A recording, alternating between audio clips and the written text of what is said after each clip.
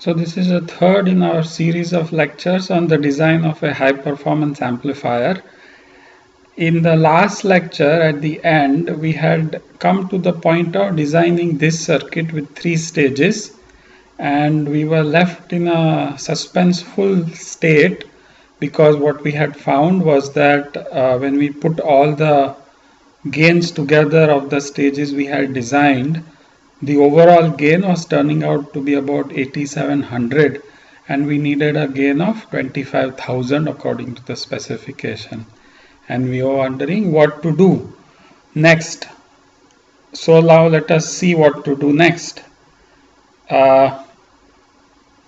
Perhaps it is possible, so let's look, if we look at this circuit, maybe it is possible to modify the resistances and the currents, etc., such that the gains of the individual stages, loading, etc., can be modified so that we can achieve a gain of 25,000 with this circuit itself. I am going to leave that as homework to you. It is not clear if it is possible or not. So I want you to think about the possibility of just modifying the values of the circuit while keeping the circuit the same to see if a gain of 25,000 can be achieved. For now, for the purposes of this lecture and our current design, let us assume that it is not possible. Maybe it is, we'll assume that it is not. Now, if it is not possible, then the only way to increase the gain is to add one more stage, because adding one more stage gives us the flexibility of increasing the gain significantly. So this is what we will do. This is how we'll design our rest of the circuit. Okay, so now let us think about the properties we need of this circuit. So our current overall gain is about 8700. We need 25,000. So the additional stage needs to have a gain of about 3, roughly 3 or so or more. So the additional stage for a gain of 3, it has to be a common emitter stage, obviously, because it needs a gain. So we can't use an emitter follower. Where to place it? It can presumably be placed anywhere between the first and last stages of our current design, because our first and last stages have been custom designed for a high input resistance and a low output resistance respectively. So the first and last have to stay where they are. In between, where we can put this additional stage anywhere. The next thing we ask is, well, we need a gain of about 3 or more. What should we design the gain of the stage to be? We know that we can design a stage of a gain with a gain of at least 130. That's what we got as one of the stages last time. So what do we do? Let's think about it. Now there is an additional property of amplifiers which we have not studied till now. The property is that, usually speaking, the higher the gain of an amplifier, the lower will be its bandwidth, the frequency bandwidth. We'll see this later. In fact, right after this design is over, we'll start that discussion. So because nothing is given, let us say that we want to not lower the bandwidth unnecessarily. So we'll design for a gain of about 3, because that is all we need. So we'll design it for 3. Now 3 is a small number for a common emitter amplifier. So we don't really need a full-fledged common emitter amplifier. So what we'll do is we'll design this additional stage to be a partially bypassed common emitter amplifier with emitter degeneration. This has the additional advantage that it'll give us a large input resistance also, as we'll see just in a minute. I think you have looked at such a circuit before the midterm. I'm not sure if Professor Madhav Rao did this or not. Okay, so this is what we'll do. Now the next question is, where do we place this? We can place it after the first stage, second stage, third stage. It doesn't matter, again, wherever we place it, we'll have to design it accordingly. We'll place it right after the first stage, because our experience was that the first stage gain was reduced from about 1 to 0.33 because of the loading of the second stage. If we place this additional stage after the first stage, because this additional stage has a large Rin, the loading will reduce. It's a very flimsy argument. As I said, you can place this anywhere. In fact, I should say this here, that you on your own, you modify this design and place the additional stage somewhere else and design it so that you get an overall gain of 25,000. There are so many possibilities that you can try 2-3 different architectures. Okay, so let's place this. So this is the additional stage we are placing. The first stage stays as it is, the output at the collector, and these two stay as they are. Now it will be good, because this is in our hands, to keep the DC biases the same of the rest of the circuit, especially the second stage. When we insert an additional stage here, our design will be easier. We won't have to modify anything if we maintain the DC biases of this stage. Now this stage had, if you recall, the collector voltage was 2 volts. The base voltage was actually 0.7 volts, and because that was connected here. So let us design this circuit such that this voltage is 0.7 volts, and let us design, because we don't really care about what specific currents to use, let's design this for the same current as the first stage, because then it will be easy to design for this 0.7 volts. So we'll say the first stage has 1.13 milliamps to be exact, and 10k here. So let's design this also to have 1.13 milliamps and a 10k collector resistance. They'll just simplify the design. All right, and so the emitter voltage will be, of course, 0 volts and so on. Okay, so we say let's design for the collector DC voltage to be 0.7. Let us also design for the current to be 1.13, and so the collector resistance is 10 kilo ohms, so that this becomes 0.7. So if the the emitter current is 1.13, so we'll go back. This is 1.13. This voltage is 0. So this the total resistance. Okay, I should come back to this. Is 12 volts by 1.13 milliamps. Which comes out to be 10.62 kilo ohms. Okay, let me go back to this one. So I'm not sure if you've seen this circuit before. So let's discuss this very briefly here. So here we have two emitter resistors placed in series, and the bypass capacitor is connected across only one of them. The advantage of this circuit is that it gives us the flexibility of having a resistor that determines the DC current and having a resistor that determines the AC voltage gain. So for example, if we compare this with this stage, the entire emitter resistance is bypassed, and so the gain of this stage is GM times the resistance looking at the output, so RC2 parallel R pi 3.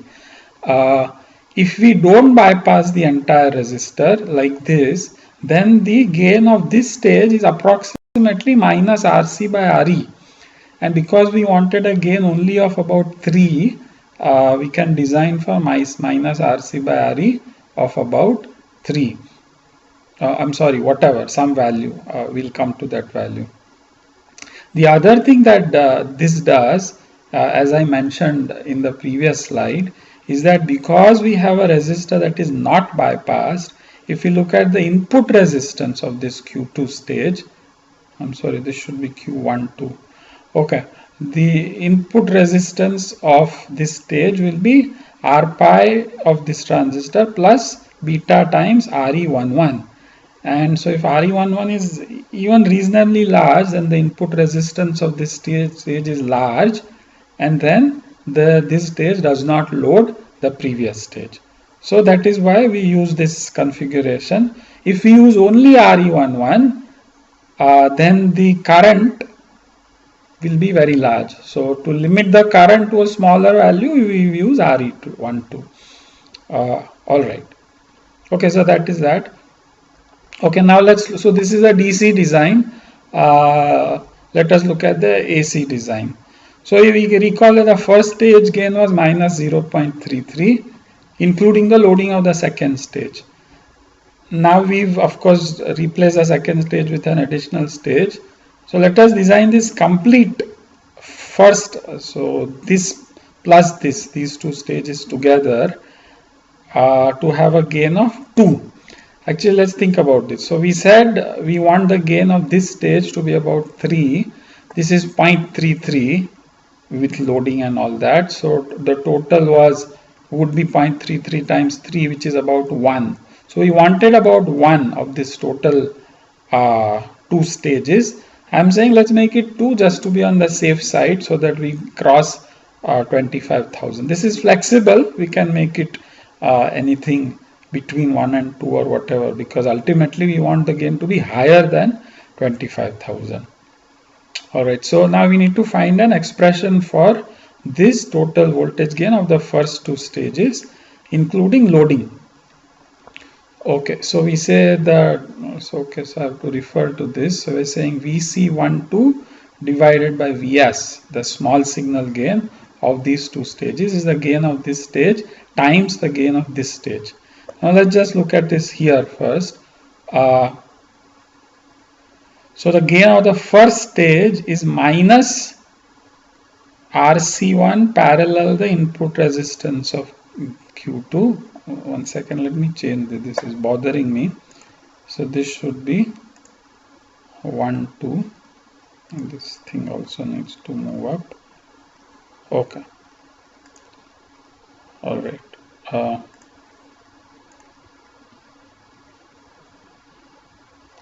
Okay. So the gain of the first stage is RC1 parallel the input resistance of this. Okay.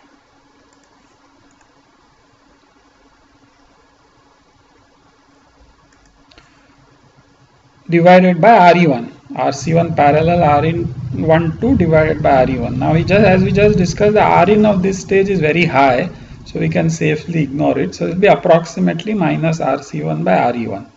The gain of the second stage similarly will be RC12 parallel RPi2 divided by RE11. So that's what we will write here. So the gain of the first stage is RC1 parallel beta RE11, the input resistance of the second stage, divided by RE1, and we say this is very large, so we'll ignore it and eventually we'll get minus RC1 by RE1. The gain of the second stage is RC12 parallel RPi2 divided by RE11, and so we expand this out and we get this, and then we multiply these two gains, and we substitute values. We already know RC1, RE1, RC12 and RPi2 from our previous discussions, and so we know everything except in fact RE11 in this equation. This times this equal to 2, and so we get RE11. So RE11 turns out to be 1.33 kilo ohms.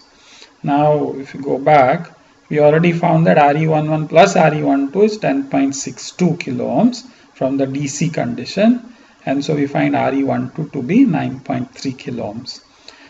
So we choose the closest possible resistance values. So we make RE11 1.5 and RE12 9.1. So that total adds up to 1.6. Note that this is slightly larger, so the gain of the second stage will be slightly smaller, but we don't care because we wanted 1 and we were designing for 2. So this should be okay. All right. So now this is our circuit which has all the resistances written also. So now we've got 4 stages. Okay. We have to add one more stage. I hope you remember the emitter follower stage was not added yet. This is still a common emitter stage. We have to add an emitter follower to get the output resistance of 5 ohms. Now we discussed this back in lecture 14. So that stage is, okay, let me go further. So this is the stage we add the emitter follower. So the output of this stage goes to Q4, and we take the final output at the emitter of Q4, and there is a resistor RE4 whose value we must determine. So you look at the DC voltages. This voltage we had designed for 7 volts in the last lecture. So this DC voltage is 6.3. Now let us see. So we need to find RE4, and we need an R out of 5 ohms according to the specifications. And R out is 1 by GM4, which is IC4 by VT, which is 5 ohms. VT is 25 millivolts, and so we get IC4 equal to 5 milliamps. Alright, so this is a circuit, so we get 5 milliamps. This is 6.3 volts. And this current, so we can find RE4 as 6.3 plus 12 divided by 5 milliamps. Okay, so that's what we do here. 6.3 plus 12 by 5 milliamps. We get 3.63. We don't have 3.63, but we reason that we want R out to be less than 5 ohms. So I'm sorry, this is not W, this is ohms. Better to change it. Okay.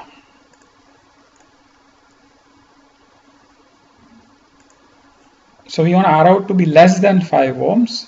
So from this equation, we want IE4 to be greater than 5 milliamps.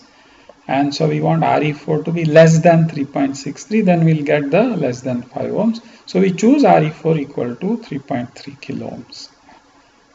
Instead of 3.63 kilo ohms, we choose 3.3 kilo ohms. And now our design is complete. So this design is now complete. We have designed an amplifier that meets all the specifications. It has a voltage gain greater than 25,000, input resistance greater than 2 mega ohms, output resistance less than 5 ohms. All currents are between 1 milliamp and 10 milliamp. Okay. As I have emphasized before, it is absolutely critical that we verify the design. I don't know if you noticed, but I didn't really, so if I go back, I didn't really do a formal calculation of the total voltage gain of this amplifier. So I want you to do it. So what I want you to do now at home on your own is to verify that this circuit actually meets all the specifications. So what you do is you look at this circuit. You take this circuit. Forget that we designed it. Assume that you are given this circuit as it is, and now you have to analyze this circuit, DC and AC. So first you do a complete DC analysis of this circuit and verify that all these voltages that are written here are correct. You must get these voltages, find all the DC voltages and currents by analyzing the circuit. So assume that these voltages are not given to you, only the circuit is given and the resistance values are given. Once you analyze DC, then you draw the complete AC circuit and analyze the AC circuit to find the voltage gain, preferably of the individual stages. It's a good thing to do, although ultimately you need to find the overall gain and make sure it is greater than 25,000. Also find the input resistance of this amplifier and the output resistance of the amplifier. The output, by the way, is here at the emitter, to make sure that it meets all the specifications. Alright, so this you do on your own. Okay, so this completes our design of the high performance amplifier. Next time we'll start a new topic, which is frequency analysis of transistor amplifiers.